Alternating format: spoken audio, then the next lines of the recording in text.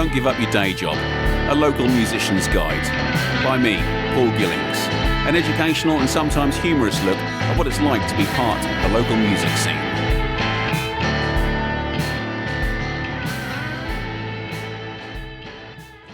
Hello, welcome to another podcast edition of Don't Give Up Your Day Job, the local musician's guide. And I'm over the moon today because a man's agreed to come and talk to me about probably, I would say, the best thing to happen to our particular local music area in forever, Club Uniquity. I have Mr. Paul Johnson with me. Hello, Paul. Hello, Paul. Thank you so much for coming over, man. How are you? Yeah, good. Yeah? You look well. You look very well. Thank you. Keeping busy? Yeah. Right, cool. So, what I usually ask my guests is, and what I'd like to ask you is, what are you up to musically at the moment? And how do we know each other? So we know each other through music. Mm-hmm. So that's a definite. I think I've probably come across you without a clue, maybe. I can't actually remember. It's 20 years ago. Yeah, that's right. Least, a little trip to France, was it? Yeah. Yeah. Was it without a clue? Possibly. I was playing harmonica on a couple of their songs, yes. Yes. And the Metro Project, was it? I think we probably first met. With Paul Hale, who's an absolutely amazing human being. He is indeed an unbelievable drummer to boot as well. Some people have all the boxes ticked, don't they? You know, great musician and great guy too. Yeah. You know, I like him. Much like yourself there. So that was a sort of local outreach program helping young people in music, wasn't it? The Metro Centre? Am I right? No, I don't really remember. I don't know if it's specifically music. Music was definitely part of it, but it was a place for young people to go down Commercial Road. Yep. If they didn't want to go to the sex shop or one of the horrible drive-through supermarkets, whatever it was, but the Metro was that place. And I can tell you, Paul, who ran it, he probably ran it with other people, but he is my last in contact there.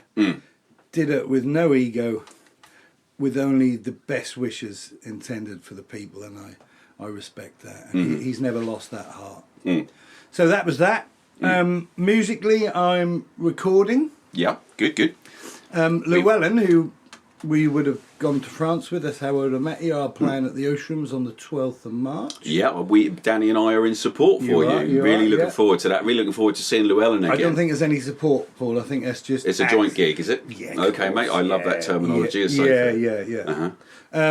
So that is what we're doing, and we are reforming to do that. So we've got... Brilliant. We've got Clive H. Jones, Steve Bjork, who are originally from Punch Ugly before Llewellyn. Yes, I remember Punch Ugly, yeah. And then Dan Nyman, who's a drummer, been drummer for over 10 years now. Yeah. Yeah. And Michael Page, who was the drummer originally. Who I thought you were literally married to. Yes, that's right. Well, it must feel like a marriage after all these years, eh, man? We're in all them years, and we've been in a bands together for at least 30 years, never had a crossword. That's amazing. Although, as I got older, I realised that said more about Michael than me. He's just much more tolerant than I am. He is a quiet, unassuming, lovely, and again, insanely talented guy. Yeah. The key for a keyboard player, play anything. Spots off wallpaper, I do believe. Yeah, he's amazing. Yeah, easygoing. It's probably good. Yeah. So that is what's happening. I've been recording some dance stuff as well, which I love dance. Yeah. And actually the new program I've got, Logic, obviously you can do dance stuff, and I absolutely love that. Yeah. Along with the Llewellyn stuff, along with some reggae. Wow. Yeah. Very productive. Yeah, I love it. I absolutely get back into it. The computer does, in the age of that I mean, because I know both you and I have, because we're a gentleman of a slightly older persuasion, middle age, whatever you like. We saw that... Necrotising. That is necrotising. Shakespeare said at first we ripe and then we rot and rot. We are in the rotten stage. Well, my point was that we sort of dealt with tapes and recording on hissy old equipment, and have come through, and these computers, to be quite honest, mine and the capabilities of it on free programs blows my tiny mind of what we can achieve in a home studio. Yes, I think that's the sheer quality that you would have needed a £50 million studio to get. You can now get at home. I was really heartened that there's no write a song button. plug-in on there, you've still got to be able to write a good song. Still got to be, and that hasn't been superseded, which I'm very pleased about. There are lots of tools to help you. We were just talking about the virtual drummer within GarageBand, but then and you've just imparted me a lovely bit of knowledge about being able to turn that into MIDI and tweak it exactly how you want it, so you don't have to have just click the button and it writes the drum track for you. You can completely get it down to how you want those drums played. Even with something like that, it's not made it so click a song kind of stuff. Yeah. Well, I mean, what I love about it as well, I mean, in a way, although Apple are a multi-million-pound company, at the heart of that, a fairly standard working class person can now make really good recordings. And that was the sole ownership of wealthy record companies or someone who's had a rich dad or all that stuff. I love that, and it might be a little bit arse about face because they still have the phones built in India, don't they? In a production lines in China. Yes, we know. Good old China. So yes, that's what I'm doing. That's brilliant, mate. I'm so glad to hear that you're so productive because I've always been a fan of your music and have played on a few of your records back in the day. Little Fish being one of my favourite tracks of all time of yours. Absolutely love that, regardless of the harmonica one or not. It's still a great track, and the French version being my particular favourite as well. Great. You sang. I don't know if that was a live thing or whatever. It was lovely. I know. I've never recorded it in French, but it took me 3 months to even learn it. Which is extraordinary. Well, I can barely speak English, mate, so I take wonder at that. But it took me 30 years to say think and not think. Think? Because where I come from, everyone go, you think so? You think so, what? All right, mate. And putting boy at the end of everything is what I find as an affliction. Old booty. Oh, lovely, old threepenny tuppence. We're going to have to put subtitles on this no, they'll get it. For the YouTube. They'll get it. It's for Norfolk audience. It's for Norfolk boys. Yeah. So, yes, mate, what I've really got you here to talk about is Club Uniquity. Yeah. Will you describe for us, please, what is Club Uniquity?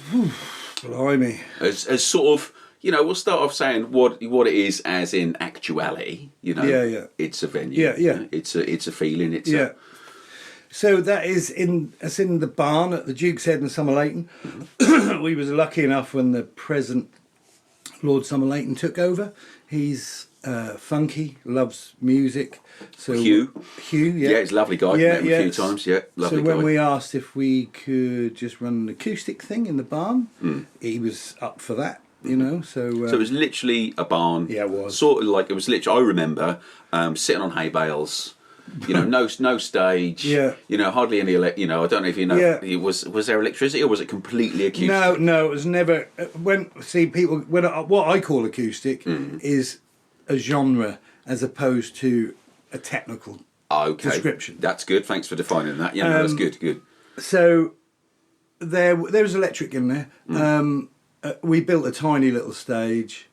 There was a wood burner at one stage which used to roast everyone on one side of the club, and everyone else was so cold near the doors. There was no felt under the tiles. It was just black plastic, which would get sucked in and out. You could hear it. That was like being in someone's lung. Because the wind would suck it up and then drop. It never did it in time. No, it never did it in time. Unfortunately, because if it did, it would be a great bit of natural percussion, wouldn't it? But it was popular. It was very, really very popular, and it's been organic over the years. So it's had many different faces. So that was the start, and then the council shut it because of noise complaints from the neighbours, and that would have been the end. But a local charity gave us some money, and that got the ball rolling to get it soundproofed, and we were back up and running with the council support, which I was really pleased about. Amazing. And just so many people helped. Was. I think you struck a chord with the local community and the local music scene as well, with what it is you wanted to do. And then so many people got. Am I right in thinking so many people got behind that as well, and just thought, this is something I want. This is something that we need. Yes. It's that vision of yours. Well, for me. There's no great plan, so people. I might like to sit here and go, this is this, and I planned that. This is what I want.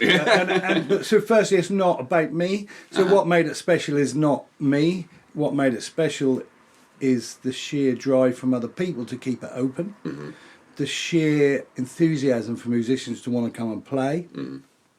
There's no headliners. They are just acts. There's never been headliners in there. It's normally done on dynamics. You wouldn't expect a singer-songwriter to follow a rock band because that would just be unfair. That would be difficult. So the evening has to build to a crescendo. Yeah, it does. Volume, but it builds in dynamics as opposed to skill level or talent or whatever we would perceive. It's definitely not that. Okay. And what I loved about the club was the opening act got as much listening as the final act, because there was no headliners. It was almost there was a philosophy that, from a person that played one of the early ones. I can't remember if I was on the first or the second one. Something like that. Yeah. And then having gone there as a punter for so many years afterwards, been away from it, come back. Yeah. There was an ethos that you listen. Yeah. People are going up there cutting their teeth. It was a great place for grassroots. To sort of try your stuff.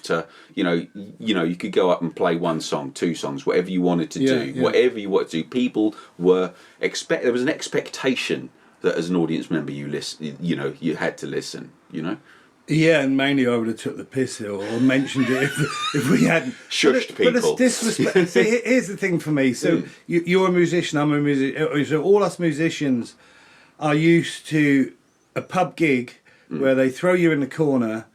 Everyone's got that unwritten line that if you were any good, you wouldn't be in here. Well, that's just not true. Sure. It's just not true. And there's a general contempt from a lot of pubs, it's just like, let's just put some music on, there's local people and blah, blah, blah. Well, what if we had a venue that you had a great sound system, great lights, and there was a respect but no snobbery? Right. Because that's the other thing. That's not some jazz club where you either fit in or you don't. The youngest person that come to the club was 3, and the oldest who would still come is 85. And there's no and it doesn't take itself too seriously. Okay, but it does provide an arena for those courageous enough, because it's really only for original music, to come and do it. Well, I have found it like one of the most scary. Yes. Because people are listening. As a musician, that's what I've always wanted. I wanted people to listen. I wanted people to pay attention. And then all of a sudden, they are like, hanging on every note. And I'm like, well, I better get this right now. And it was terrifying. Yeah. But at the same time, the edge of your nerves there, where for me, it was either go two ways. Either my hands would cramp up on a guitar and I get the shakes, or I would play out of my skin. Completely play out of my skin, and I've seen a few acts do that as well. Yeah. And I've begged you to come back time and time again, because I'm almost addicted to that kind of feeling. It's rare. Yeah, it's rare. It's rare, but that rarity and that magic is provided by the performer and the audience. Okay, working together there.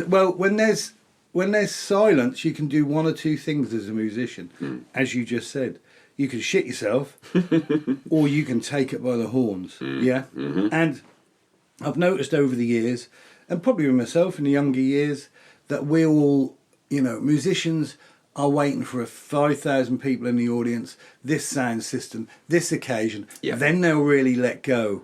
Well, the truth is you can let go now, and if you watch any really great performer you love, it wouldn't matter if it's one person or however many. We were told that from day one, because I was part of a music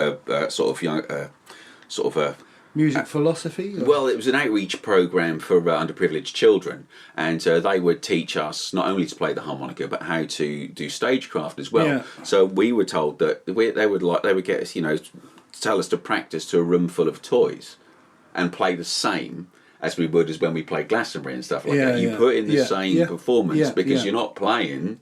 Play to the crowd. We all do that. We know we do and stuff like that. But unless you're giving it. Unless you're giving everything like it's your last song or your last gig, then why are you there?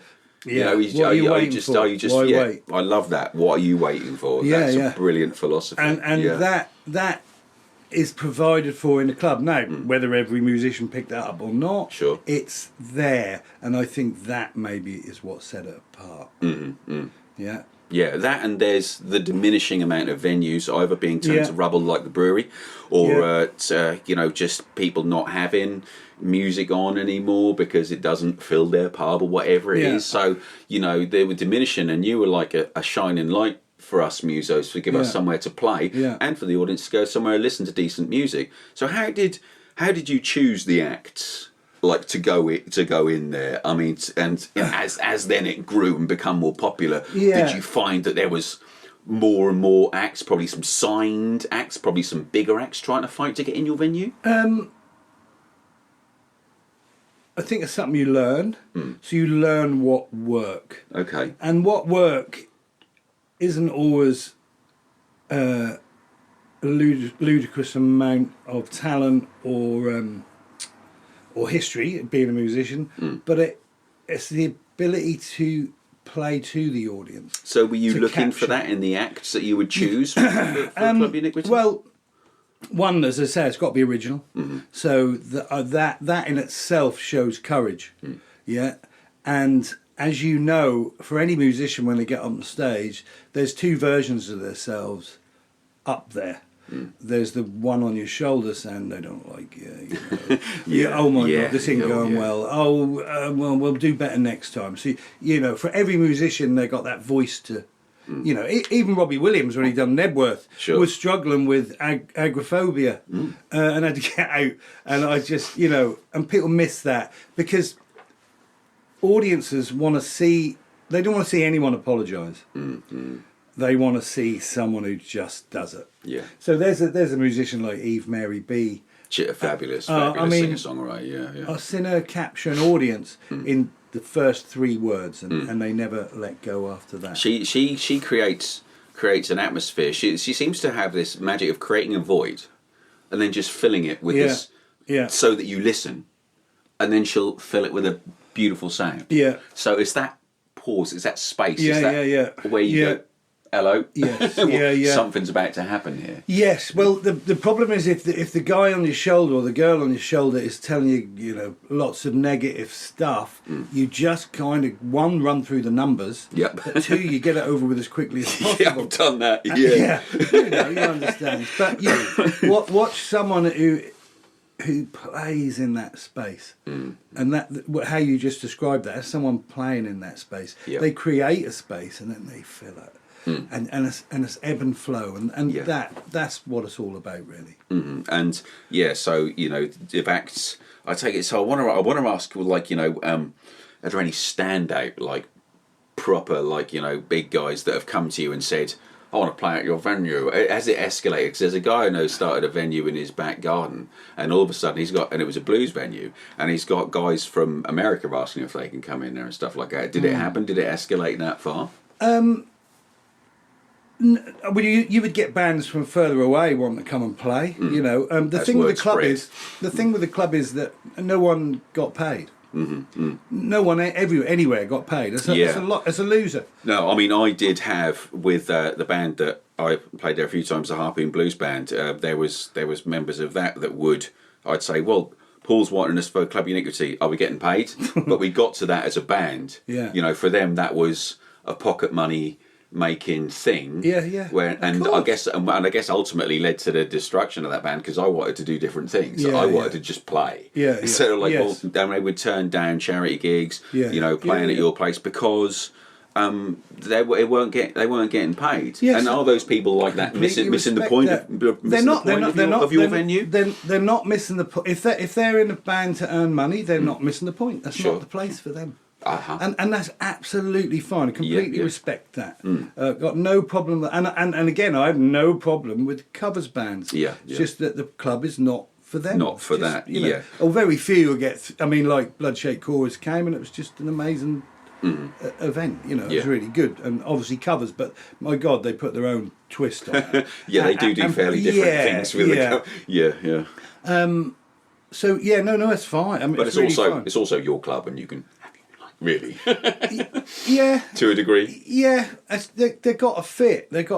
And there's always a rub, isn't there? Because to be in a band, the best people are egomaniacs. They love showing off, right? Blah blah blah. All that stuff that is all egocentric, and yet the club is not that. Okay. And it doesn't hurt anyone to be a little humble, because in that humility, there's some real magic. There's no magic in ego. No. There's plenty of magic in humility. Sure. And just performing. Mm-hmm. And that's kind of where it's at. So, really work for some people and some people not. Yeah, I mean, I guess the feeling with the guys from the wanting to get paid and stuff like that you were exploiting, and the thing is, yeah, I know why you're laughing because it couldn't be anything further from the truth. It was a platform, and it's a philosophy. It sounds like to me. Yeah. So where did you get? I mean, obviously having a fab venue and having a place for that kind of thing to happen is great. But was there an idea? Had you seen someone else doing it, or had you? I think is it something Jeanette's in Norwich was the kind of Jeanette's down in the old thing there because we did do a couple of those together, didn't we? Yeah. We went along to those, the Night of the Black Cat and stuff like that. Yeah. Well, Simon Black used to run it, and I love Simon Black. And we played there a lot of times, and I liked that a lot. And it was gentle. Mm.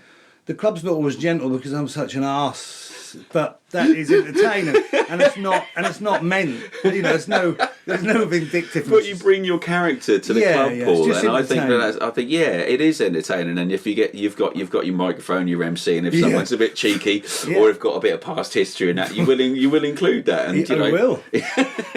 And for those brave enough, like you say, get up there. But at the same time, I've got the microphone. I think I've only ever Millie Manders took me further than I wanted to go. Oh, really? With a little bit of banter. What happened? I would. Can you say? I would push her. I'd push her, and I don't care if it's inappropriate and all that stuff because none of us meant it's just entertaining. I remember apologising because I'd got quite pissed one particular gig, and it was with the blues band. And I started telling necrophilia jokes. Yeah. And a couple of people at the front looked really offended. So I came up to you and apologised. And you said, I have no idea what you're apologising for. I heard that and thought it was funny. This is a safe place. You can say whatever you like. Yeah.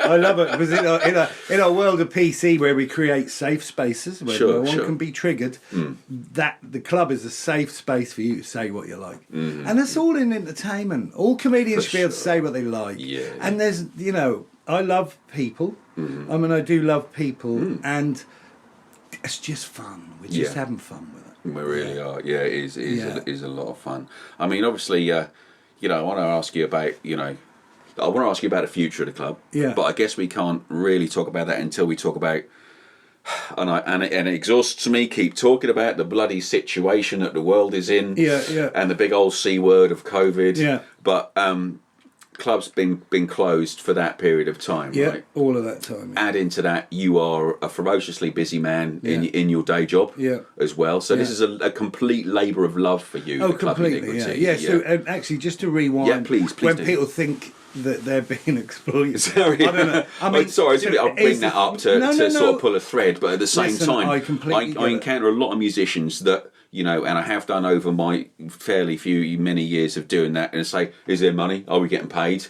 Well, that's not the philosophy of this club. So, sorry, I interrupted you. The exploitation, if someone talks about being exploited, usually when you're being exploited, you don't have a choice. Mm-hmm. So, if you're building phones, but it's a job and there's no other job, you might call that exploitation or as subversive. Nobody has to play at the club. Mm-hmm. That could be a choice. It's really as simple as that. Yep. And it's just you wouldn't believe how much money I've spent on it over the years. I've seen the place, mate. and not just me, but other people. And that's just that. That's not that someone's putting that term on it, but it's the wrong place. And I think musicians, when they come to those places, they need to understand the philosophy of the place that they're turning up to. And if it's not for them, feel free to walk away and play somewhere where you can get paid if that's what you're after. But what I've also found with your places is that, and quite selfishly, I've used your place as a platform to try out new material, to then promote myself and say, well, because they're an audience that have come there specifically to listen to music, and if you can turn them on, you can make them a fan. That's where I met Danny. Danny and I met. Yes. We tell the story all the time about how we met at Club Uniquity. And if it wasn't for you, I wouldn't have this great partnership with this great musician. Yeah. So that's what. thank you for that. That's for the community. You always said spread the love was one of your phrases, and it very much does so, doesn't it? Yeah. So how are we feeling about where it goes? From here. Well, I'd like to open it back up in March. I think it's March. Wow, maybe when it'll open up. I think the world situation is unravelling now. Yeah. So, the realities are a little clearer. Mm-hmm. It's been very muddy on what the truth is about. Yeah. But I think that's changing a little. Yeah. So hopefully, maybe in March. Yeah.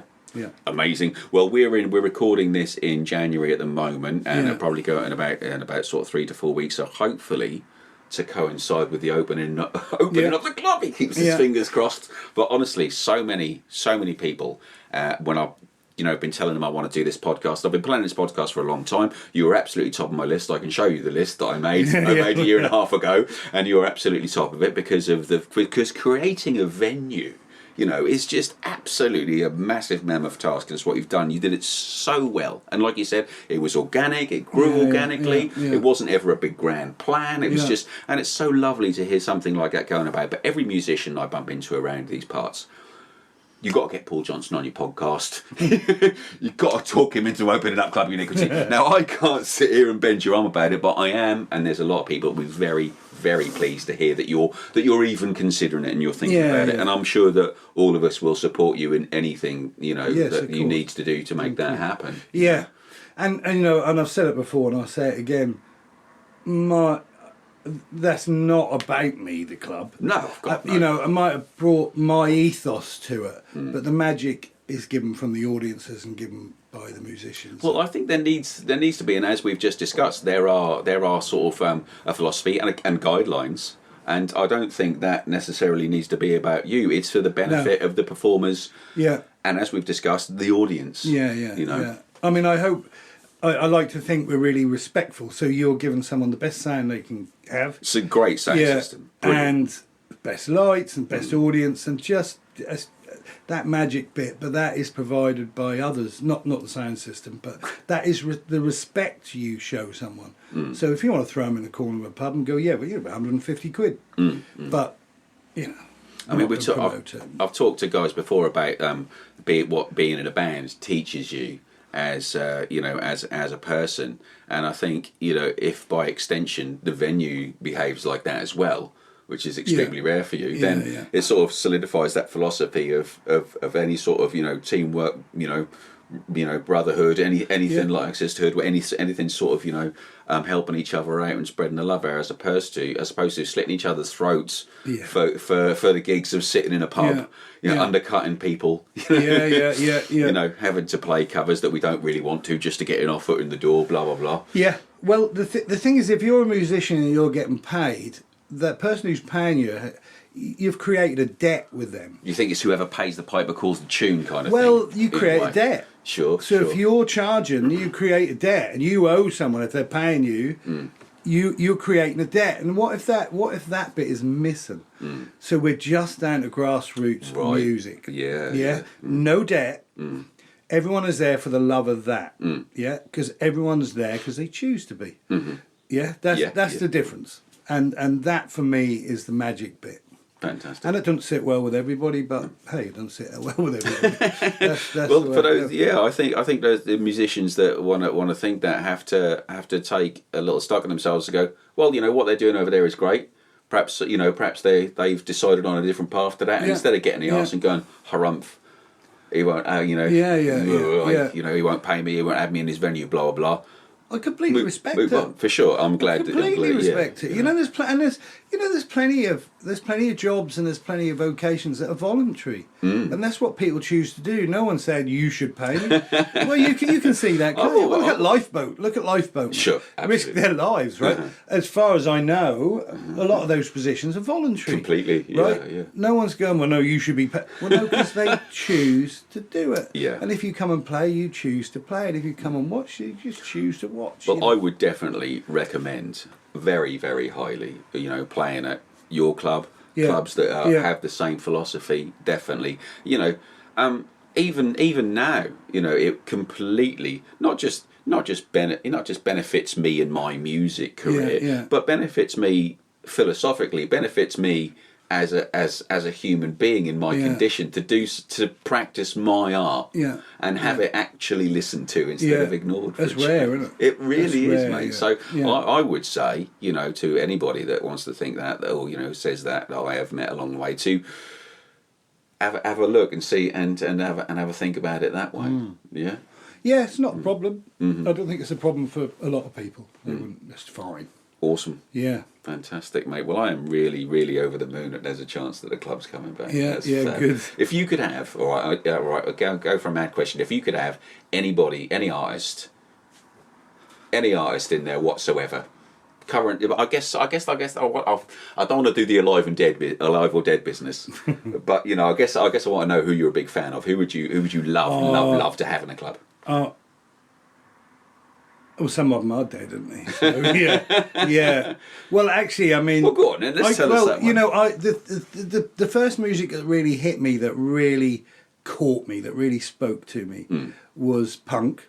And I made the mistake, because that is what they said, was that everything before him was dead and blah, blah, blah. But me and the wife just watched the Beatles on Disney. So you watched the Get Back for I mean, I'll watch that again now. That is a revelation for me. That was just so current, and they were so talented, and I loved it because you could see him wrestling with pop music. You could see, George Harrison wanted to do something with more depth, and you could see the rub between John and Paul. But they came good in the end, and I loved that, and it's all relevant. You wouldn't have had all the music that was supposedly dead before then. You wouldn't even have had punk without all of that. And the Pistols, who had 4 amazing songs. I know they recorded a lot. 4 whole songs. Well, that's 4 more than me. If you listen to the music alone, it's a pub band. I mean, it was a pub band from that. But wasn't era. that the punk philosophy? And I do think, now you've said it, I think there's a little bit of punk philosophy maybe in the Club Uniquity there, with the MCing. Definitely with the presenting. But it was a philosophy of let's tear it all down. And I've got starting from apps and playing with broken amps, cheap guitars, playing with nothing, and the whole DIY scene. Yes, I like the DIY. The DIY scene where is more relevant than ever, isn't it? Yeah, very much. Well, because we're recording. We're recording our homes. We're releasing it ourselves through the main thing. So it's completely DIY. You're all I punks. love that. Yeah, you're all punks. I do love that because up till and I can see why punk happened. Emerson, Lake and Palmer, and all these overblown. I mean, it's not my thing. That so. I did love that, but as I say, I've learned to appreciate. I've always loved Neil Young, by the way. Yeah. Absolutely love Neil Young. So him. I think he was responsible for a lot of grunge. They often call him the godfather or the grandfather of grunge. Well, he's another one. So if you went, someone would go, well, you can't sing. Neil Young would go, so what? Right, and that is it. That is it. So what? Yeah. Because magic in music is there's something you can't tick box to. Yeah. You either bring it or you don't bring it. And he always brought it, and I loved him. I saw the David Geffen documentary, which I think is on Netflix. Okay. And because he managed to sign Neil Young in the end, and then Neil Young, having done all those excellent rocky kind of stuff, then released that really electronic kind of 80s album, and David Geffen was like, what? But what did you expect? Someone of that artistic temperament to do? Well, I've always wanted to release this kind of music, and now I can. He also done some stuff for Sonic Youth, didn't he? Did he? Neil Young. I didn't know about that. Yeah, he did. Yeah, have a look up sometime. I definitely will now, mate. So I love Neil Young. Yeah. I love Faithless. There's lots of bands. Current bands, Nothing But Thieves, I absolutely love.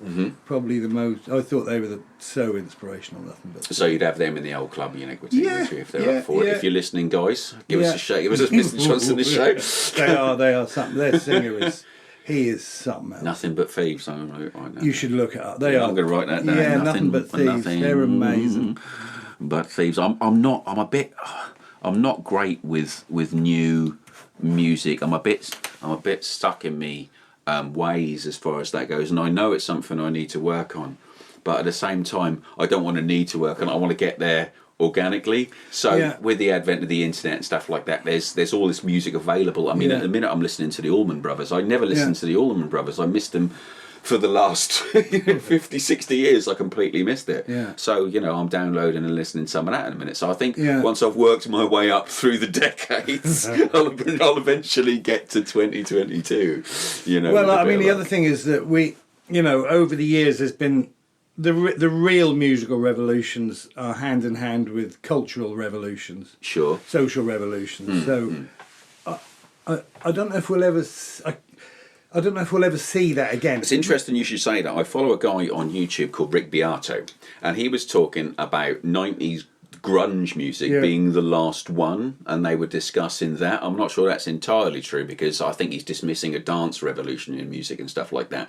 But it kind of seeped into the culture, and like there was a grunge culture, there was a grunge, philosophy for what it was, which was fuck you everybody. Yeah.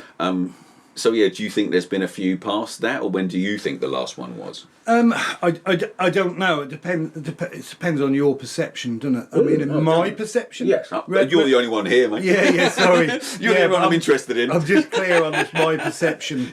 I mean,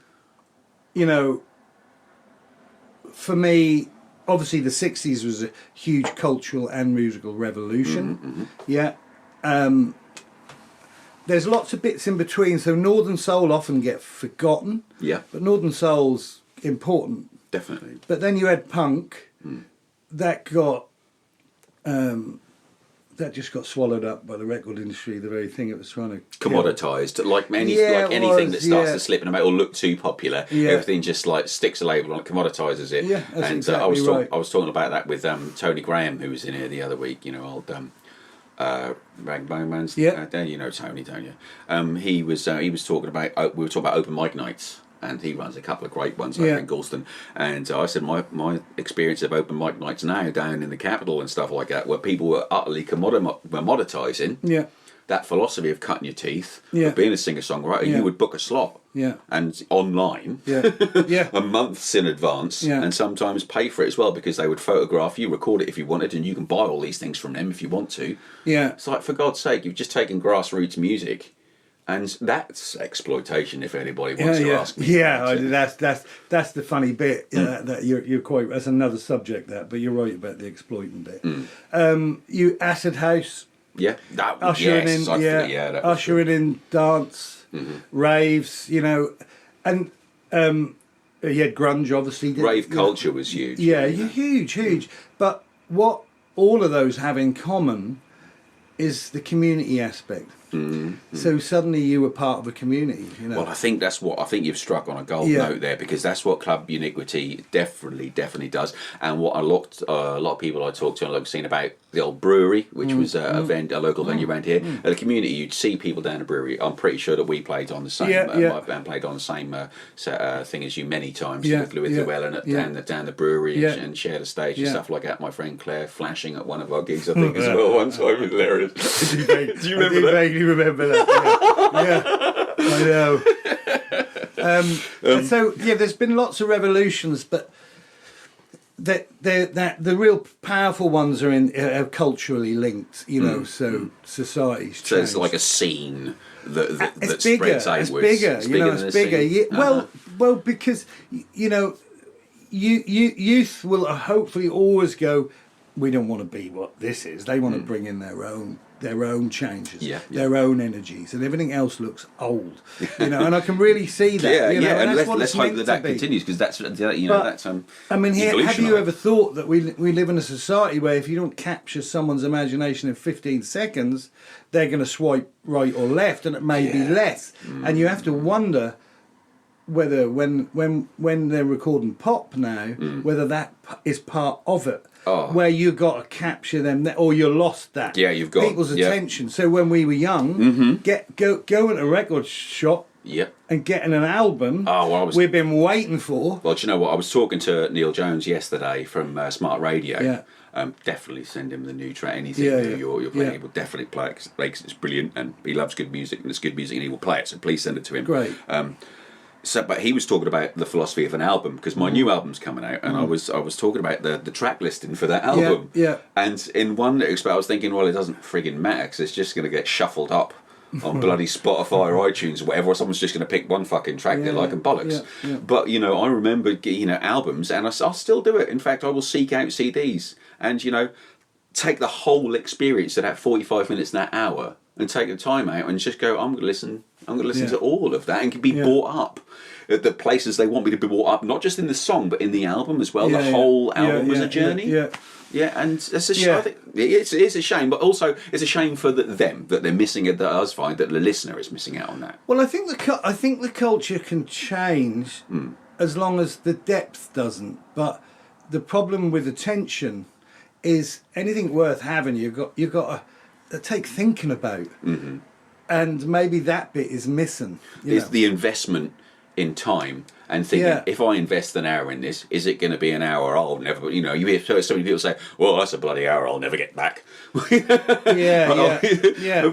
Why don't we waste that hour? Because it's not a waste. Well, we have to wrestle, we have to wrestle with the, I don't like that, you can't hear the words, old man thing, and and the new culture don't need to, and let's try not to lose some of the good bits.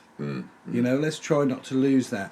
And I loved it where people were in, and they still are, but they're more into singles, I believe, than albums. And I think that's the difference. The whole world is so quick. That's what I loved about lockdown. Because that just slowed everybody the fuck down, and I liked that because I remember the culture and it still goes on in London where you had to look busy. Doesn't matter whether you were or you weren't. I've worked in factories all my life, and you always got to look busy. It's not what you're doing; it's what you're seen to be doing. Well, I got someone we do some work with, Koto. They're designers. They design retreats for us, and he worked in London for 10 years. And he worked in Norway for 10 or 14 years. Yeah. I said, what's the main difference? He said, in London, if you go home before 8:30 at night, because they're architects, you're a loser. He said, in Norway, if you're still in the office after 4:30, you're a loser. Brilliant. And love it. That is, we ain't got that, not everybody, but not everybody's got that right. And that need to look busy. Yeah.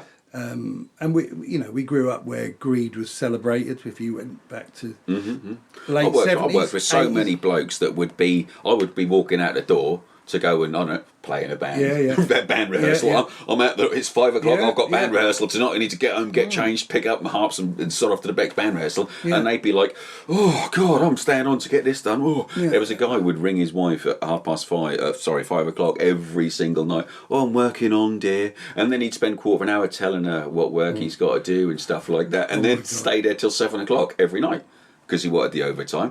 And I would be, old Colin's there working till 7 o'clock at night, Paul, he's kind of carrying you. He's not doing anything! My contracted hours at 5 o'clock, I've got a life to get to. And people, we should remember that. It just makes me laugh that over the centuries, the working man has formed unions and, and we've stuck up for workers' rights that we all give away so easily, right? We do. That's just nuts. Yeah. And we should take holidays, and you should have a dinner break, because they were fought for, because they were exploited, because right. And then here we are, and we're going, oh yeah, no, don't worry, I'll carry on. Yeah. Oh right, okay.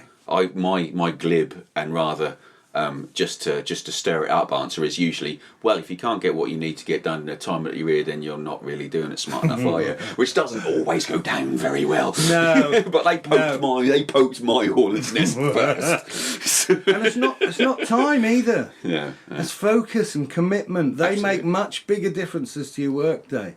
Focus and commitment, rather than just stretching it out. And what do you do if you know you're going to be there 12 hours? You think you work as hard as somebody who's there 8? Slow that shit down, don't you? Yeah, this is. I've only got this one ad. This this one ad in to set or one thing, one book to magazine to process. I might as well just slow that shit down. I'll never forget. I turned up at one factory. I've had 5 different jobs in the last 5 years, and I turned up at one factory and I was like getting stuck in. Yeah. And this bloke come past. He went, "Slow you down, boy." Did he? Yeah, slow you down, boy. Yeah, They'll expect that every day. Wow. Well, Paul, we've got well off the track We for went to that. workers' rights then. Yeah, we did. Look, it didn't take For long. the man and the woman on the shop. It didn't take much. Didn't take long, did it? But I mean, Yeah. So there's we left the subject when we were talking about what bands I really like, but yeah, there's influences everywhere, and there's so yes, no, there's lots of. Yeah, but I've seen what I love about it. So the reward in the club for me is watching world class performances. okay. Yeah, and you don't need to be in a massive venue with a massive audience. You don't need to be well known to bring that magic, and that definitely exists. So it's that moment when not necessarily even what is traditionally known as a world class performer or a side act or anything like that. It's whoever it is suddenly has their moment, suddenly has their little magic, where it all fits together for them. Yeah, yeah. I've seen it, and in recent years, I've been doing sound for some bands like Little Red Kings or Coronation Kings. Did it for me and Danny at the old Ocean Rooms and stuff. And actually, as a sound man, you can help that moment. Definitely, you can make or break it. I always say, make friends with a sound engineer, make friends with the IT consultant at work. Yeah, definitely, because them boys in either situation can absolutely destroy you. Yeah. Make friends with them. But not only, I mean, I don't know. You obviously had so many sound man you set up, and then you're playing, and there's no one there. Where they are? But that you have to dance with the band as well, and that really works, and that really helps. And I've seen the whole thing lift. It's like being another member, right? And I've enjoyed that. I wouldn't do a lot of it, but I've enjoyed it. Great. Well, I'm everyone very, very glad that you have done it, especially at the Ocean Rooms. There it was awesome. Danny bought his own mic, and it he said, "You want to use this one?" Yeah. Yes. Made his vocal performance, and he's an incredible vocalist. It made his life a whole lot easier. That's the whole point. Because what he wanted to get across, how he was expressing himself, it was capturing his voice a whole ton better. Right. Really better. Don't turn. I mean, you just can't expect a great sound or performance out of a shit sound bit of equipment. I mean, it'd be rare, wouldn't it? For sure. Yeah, you at least want to capture what you want to put across, and the better bit of gear you got, the better it is. I mean, that does. I mean, I don't think that flies in the face of the punk philosophy of like, I'm just doing this and balls to it, fuck it. Because if that's your philosophy, you don't care that your equipment's shit. But if you've spent your time rehearsing, learning, practicing, and what you want to put across, what you want to purvey is those lovely things, then don't have a piece of equipment that inhibits that. I'm not sure that the punk philosophy was you could sound shit, although a lot of them did sound shit. Because how great if you were shit, you could just say I'm a punk, right? So you could hide in that. Yeah. But when the Pistols recorded Never Mind the Bollocks, they brought in a pretty good producer, and there's layers of guitars and blah blah blah blah. You watch Oasis, they when they recorded Definitely Maybe, I think they had one producer. They had their live producer come in. Then their live producer, and that didn't quite work either. Because live sound is very different to a studio sound. Yeah. I'm not sure that is true about the punk philosophy. Okay. I know they say that, and a lot of people hid behind it. My brother, who's very talented, they wanted to be as shit as possible. Right. And they revelled in that. And that's great. That's great. But you can... I don't know what shit mean either, what does that mean? So I want to be as shit as possible. What actually does that mean? Well, I don't really know. I know we say it. It's perception, but what is it? Yeah, because you at a time? Well, this is... Well, if you're out of time, out of tune. I guess there's being intent, the philosophy of the band, that are sort of, if you wanted to have that, your image is that we don't give a fuck and everything's noisy and loud and shit. But if you go out and intend to be good and then it happens to be shit, is that what we're saying? I don't think that. No? My perception. So first thing is, you don't need a fucking double neck guitar, yeah, and £1 million PA. You don't need that shit. So forget that, right? That is not what I'm saying. I've seen plenty of people who they just hide in "I want to be shit." Yeah. They hide in that. Like you said about making excuses for it. I always tell people like, "Oh, this is a song we haven't done before, so it might not go great." Like, sorry, if it don't go great, we're with you, mate. We're coming along on that journey, and that's nothing to apologise for. That's the experience. That's the we're point. with you. And what I love about where you don't give not giving a shit is like Dylan playing electric guitar to an acoustic audience who fucking booed him. That's not giving a shit. Any seminal band who's doing pretty new stuff that could be controversial that's not giving a shit, but that's the right not giving a shit. I get that. You can that see makes that. total Like, sense. yeah, Absolutely, so mate. Yeah. That is a real not giving a shit. I've seen plenty of people who pretend that we just want to be as bad as possible, but they also want to be famous and all that stuff. Yeah, right? yeah. And that's not giving a shit. They really give a shit like about being famous. there's a rock and roll ethos. Says, yeah, man, we don't care. Yeah. It's rock and roll. Yeah. But and then there's there's Radiohead, who for me that moment came when they released Kid A, and I remember reading in either the NME or the Melody Maker at the time saying, what has a band got to do to piss off its fans? So it's like they'd released this album just to fuck you off. Yeah, that's good though, isn't it? That's not giving. So They that's were where you're using not sacrificing your art. Their artistic freedom was that this yeah. is an album that we've finally made enough money and got enough time to be able to make what we want. Yeah. And if you don't like it, we don't give a shit. Yeah. I mean, and we talk about stories. I do love rock and roll stories. Yes, so definitely. I think it was, who does Tyler sing for? What's that American rock band? Steve Tyler. Aerosmith. Aerosmith. Yep. So Aerosmith are out on tour. They were getting a bit bored because they were doing the same set, so they swapped the last song and the first song round. Yeah.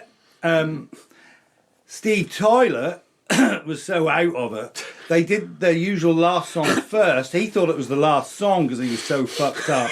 Having literally got on stage. Finished the song, said goodnight to everyone, then fell off the stage. Shit. I love that kind of not giving a fuck as well. I mean, I love that. It also makes for a legendary and great story. Yeah, of course it does. Yeah, because they were done the set, no one would even talk about it. So I do like that. So there's lots of different levels of not giving a shit. Yeah. But they want to be authentic, Yeah. and that bit is missing for me sometimes. Absolutely. And also, I have noticed over the years that people are in music for different reasons, and the ones who'll get in trouble are the ones who are in it to be famous. Right. Whatever they believe that Like is. a publicity stunt. Well, I mean, maybe? I've known 2-3 musicians who made it big. Yeah. And spoke to them personally. They're all cynical as fuck. Really? About music because they were in it for that, and they got Okay. caught up in that. And who's to say we wouldn't all get caught up? No, we might well do. Times in my life you'd have spoken to me 15, 20 years ago, I'd have literally done anything. Absolutely that's right. anything. But things are different for me now, and I think I want to be known. Personally, I can sit here and say that, but I really wouldn't go on any reality shit like that. I would like to be known for the right reasons, which is being writing nice songs and being a talented musician. I would like some credibility for that. I don't want to be famous for lighting my farts on fire in the middle of my songs. No, it's not a bad idea. Being the naked harmonica player, so no one wants to see that. Well, here's the thing for me, Paul. On more than one occasion, someone has said to me, "Well, wouldn't you like to have some success in music? Wouldn't you like to, which is?" And I really get where they're coming from. It's a very valid question. Oh, well, or they say, "Well, you diss a musician," and they'll say, "Well, he's made lots of money." Yeah, that's right. So, of all the people I know who made it fairly big in music, they don't like music anymore. They're disconnected from music. They're cynical about music. They run other musicians down. I've sung and played for 30 years. As I said, me and Michael in the band never had a crossword in 30 years. I've met amazing people. I've seen amazing performances. I've been more in love now with recording than I ever have been. I love it when I'm proud of something that I've just done, and I love that magic moment where you think, how the fuck did I do that? How did that come from? Right? Yeah. And I've had 30 odd years of that. Yeah. I watched my daughters get into music and what that mean to them. So I hadn't had commercial success. In fact, it's cost thousands, isn't it? Well, the way you're talking about it, you've had some amazing personal success. Yeah. The success that it's afforded you as a human being, as happiness, enrichment in your life is just untold. And so how is that not success? It's totally success, and a success is always, subjective. If you said to me one of the best pieces of music, and you probably don't even remember, you might not remember saying it, but it was actually said by my then partner. Triggered you to say this. Triggered. You said you'd bought out an album. Yeah, Llewellyn had bought out an album. Yeah. And you had some CDs, and I bought one, and she turned it over and went, "Oh, like a real band." and I was like, "Oh God, oh God, what did I say?" I died, and you said, "Well, you're real if you think you're real." Yeah. And that has stuck with me, because I could sit here and say, "Well, I'm not real because I'm not signed to a big label. I'm not real because I don't play in that venue." You're real. I am totally real. I play and create music and play in people's venues and people listen to it. Absolutely. You're a musician. Yeah, this is it. And you're real if you think you're real. And that has completely stuck me in one of the landmark pieces of advice that I've had throughout my life. Nice. So thank you for that. Wow. And thank you for Club Uniquity more than anything else. Yeah.